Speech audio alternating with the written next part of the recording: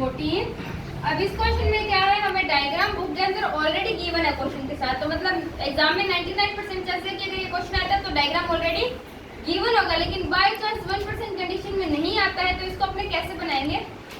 हमें क्या दिया हुआ, एक बैलून है, एक बैलून है जो कितनी हाइट पे है, 88.2 मीटर हाइट पे, ठीक है। वो क्या है, एंगल बना रहा है। एक लड़की है ग्राउंड लेवल पे जिसकी अपनों को हाइट दी हुई है बेटा 1.2 मीटर। उन्होंने कहा कि लड़की अपने आई लेवल से, अब लड़की के कौन से लेवल से, आई लेवल से, ग्राउंड लेवल से नहीं ले रहे हैं, कौन से लेवल से ले रहे हैं, आई लेवल से। तो आई लेवल से, अब ये आई लेवल है उसका, आई लेवल से बेटा वो एंगल ऑफ एलिवेशन बना रहा है 60 डिग्री, ठीक है। फिर वो बैलून जो है ना वो कुछ देर मूव करता है, ठीक है, और मूव करके वो यहाँ आ जाता है, मूव करके बेटा यहाँ आ गया। अब उन्होंने कहा कि कुछ टाइम बाद जब एंगल ऑफ एलिवेशन दोबारा देखा इसी पॉइंट से, इसी लड़की के आई पॉइंट से दोबारा एंगल ऑफ एलिवेशन देखा तो वो बेटा बन रहा था 30 डिग्री। मैंने भी इससे शो कर दी थी, ये जो बड़े वाला बन रहा था ना 60 डिग्री का, जो पहले बन रहा था वो बन रहा था 60 डिग्री का, जो बाद में बना है वो बना है 30 डिग्री का। अब हमसे पूछा क्या है कि ये जो बैलून है ना इसने कितने डिस्टेंस मूव की है, ठीक है, मतलब बेस निकालना है। अब मेरे को एक बात बताओ, जब इसकी इनिशियल पे 88.2 मीटर हाइट थी तो हाइट ऑफ पैरेलल में इसकी कितनी रहेगी, 88.2 मीटर, ठीक है। अब देखो, अब मेरे को एक बात बताओ, जब अपने इसमें निकालेंगे, ये बेस निकालेंगे तो ये पूरी 88.2 मीटर लेंगे या इसमें से कुछ माइनस करेंगे, माइनस करेंगे। क्यों करेंगे, क्योंकि अपने देख रहे हैं बेटा आई लेवल से, ठीक है, आई लेवल से देख रहे हैं तो ये जो लड़की की हाइट है वो तो माइनस होगी, क्योंकि अपने को स्पेशली मेंशन्ड है कि लड़की की हाइट इतनी है और उसके अपने देख किससे रहे हैं, आई लेवल से देख रहे हैं, तो मतलब ये इतनी माइनस करनी पड़ेगी। अब जब अपने गिवन में लिखेंगे तो हाइट ऑफ बैलून कितनी लिखेंगे,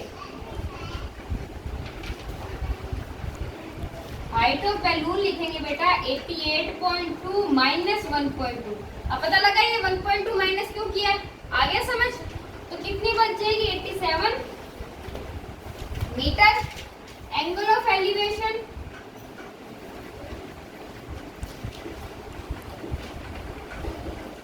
इनिशियली कितना है 60 डिग्री, शुरुआत में एंगल ऑफ एलिवेशन 60 डिग्री था, angle of elevation after some time कितना हो गया,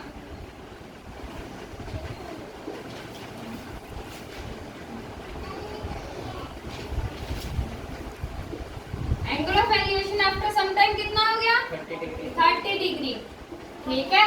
अब देखो बेटा, अब हम करेंगे फाइंड, फाइंड क्या करनी है, distance travelled bye balloon, distance travelled bye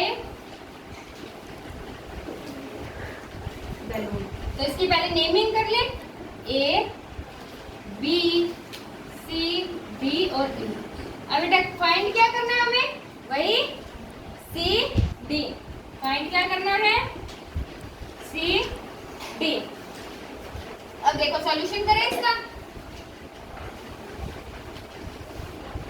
अब मेरे को बात बताओ, देख के तुम्हें पता लग रहा हो सॉल्यूशन में क्या करना है बेटा, पहले इस एंगल से निकाल लेंगे इतना, फिर 30 डिग्री से निकाल लेंगे पूरा, फिर पूरे में से इतने को कर देंगे माइनस, तो हमारे पास आंसर आ जाएगा। बस इतना ही सा तो काम है। सारे क्वेश्चन अब जो मैंने पीछे क्वेश्चन करवाया वो भी बिल्कुल इसके जैसा ही था, उसमें भी तो यही करना था, बस उसमें डिफरेंस क्या था, अपने वो पूरा लेके चल रहे थे, लाइट हाउस की जो हाइट है वो कंप्लीट सी लेवल से लेके चल रहे थे, और इसमें हम लोगों ने हाइट ऑफ गर्ल माइनस किया। क्यों माइनस किया, क्योंकि अपने को स्पेशली मेंशन्ड किया हुआ है क्वेश्चन के अंदर कि जो एंगल ऑफ एलिवेशन है ना वो कहाँ से देखना है, आई लेवल से। मतलब अगर मैं खड़ी हूँ, मेरे को कोई चीज देखनी है अपने आई लेवल से, तो मैं अपनी हाइट माइनस करूंगी ना वहां से, क्योंकि मैं देख इस लेवल से रही हूँ, तो इतना लेवल तो एक्स्ट्रा ही है मेरा। अब देखो बेटा सॉल्यूशन में, तो पहले लिख दो मैं in triangle A B C. अब देखो बेटा वही condition P B P upon H H B में परपेंडिकुलर ओवर बेस की कंडीशन, क्योंकि परपेंडिकुलर गिवन है, बेस फाइंड करना है, तो कौन सा लगेगा, tan थीटा। परपेंडिकुलर और बेस थीटा कितना है, थीटा कितना है, तो tan 60 डिग्री। परपेंडिकुलर क्या है इसमें, परपेंडिकुलर क्या है बेटा, AC। अब देखो जो 60 डिग्री वाला है ना, वो इसको लेके चलना जो निश्चित कंडीशन वाला है, ठीक है। तो AC अपॉन में बेस क्या आ रहा है, BC। अब बताओ tan 60 डिग्री की वैल्यू कितनी होती है, √3 या 1/√3, बोलो कितनी होती है, √3 होती है। अब देखो AC हमारे पास अपनों ने क्या ली है, 87 मीटर।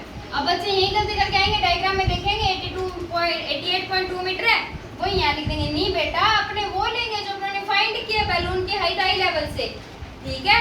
ये नहीं लेनी, कौन सी लेनी है, ये वाली।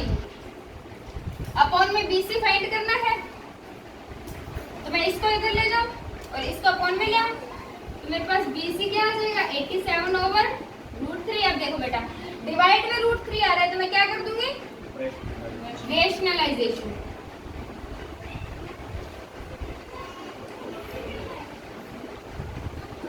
तो BC हमारे पास आ गया 87√3 इंटू √3/√3। अब देखो BC 87, ये तो बन गया √3, और ये बेटा √3 इंटू √3 अब बताओ 87 3 के टेबल में कट रहा है, कहीं हो रहा है कैंसिल, 3 1 जा 3, 3 2 जा 6, बच गया 2 पीछे, और 27। ऐसे ना समझ आ रहा हो ना, तो ऐसे करके देख लो।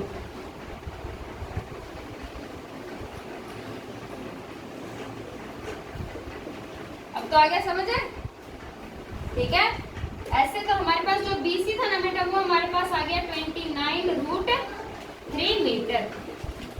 अब ये आ गई, अब 30 डिग्री दिया हुआ बेटा इस डिस्टेंस तक का जो उसने आगे ट्रेवल किया, तो अब ये पूरी आ जाएगी मेरे पास।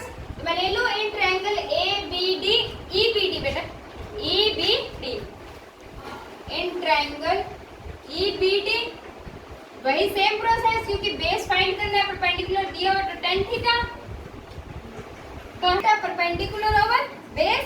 अब परपेंडिकुलर हमारे पास क्या है, ED। पहले बताओ थीटा कितना लेंगे, 30 डिग्री, tan 30 डिग्री। परपेंडिकुलर ले लेंगे बेटा ED, बेस ले लेंगे BD। अब बताओ tan 30 डिग्री कितना होता है, 1/√3 ED। अब ED कौन सा लेंगे बेटा, ये बताओ, ED कितना लेंगे, 87। ये नहीं लेना है, वरना कैलकुलेशन सारी गलत हो जाएगी। 88.2 लेते ही कौन सा लेंगे, 87, और BD हमें फाइंड करना ही है। तो क्या आ गया बेटा, BD इज इक्वल्स टू में 87√3, ठीक है। अब देखो हमारे पास ये आ गया। अब ये बड़ी वाली भी आएगी, बड़ी वाली आएगी बेटा 87√3, ये छोटे वाली मेरे पास है 29√3। ये फाइंड करनी है, तो मैं क्या करूं, इस बड़ी वाली में से छोटी वाली को माइनस कर दूं। तो देखो बेटा, अब मेरे को फाइंड करना है CB, तो मैं क्या करूंगी, BD minus BC, CD, BD कितना है 87√3, माइनस कर दिया 29√3 CD। अब देखो बेटा √3 दोनों में कॉमन निकल रहा है, बाहर निकाल दो मैं एक बार √3, ब्रैकेट में क्या बच जाएगा 87 माइनस 29, तो ये हमारे पास आ जाएगा बेटा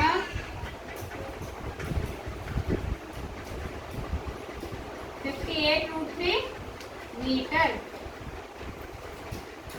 सही है। अब हम लास्ट में क्या लिख देंगे, so the distance travelled by the balloon is 58√3 metre. ये हमारा आ गया क्वेश्चन नंबर 14 का सॉल्यूशन, ठीक है।